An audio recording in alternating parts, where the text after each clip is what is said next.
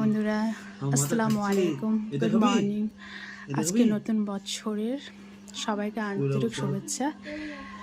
তো সকাল সকাল আজকে উঠে পড়েছে আর উঠেই আজকে রান্না করেছে।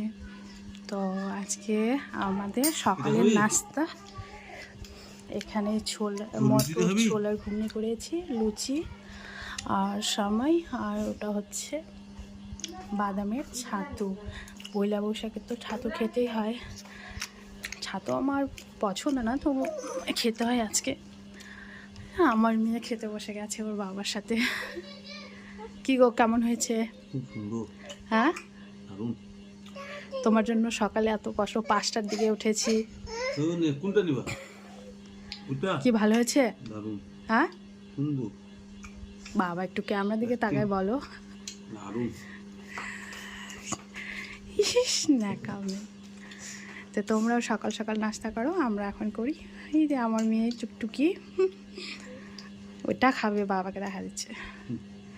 তুমি কোনটা খাবে মা? মজা করছে, টেস্ট করছে নাকি?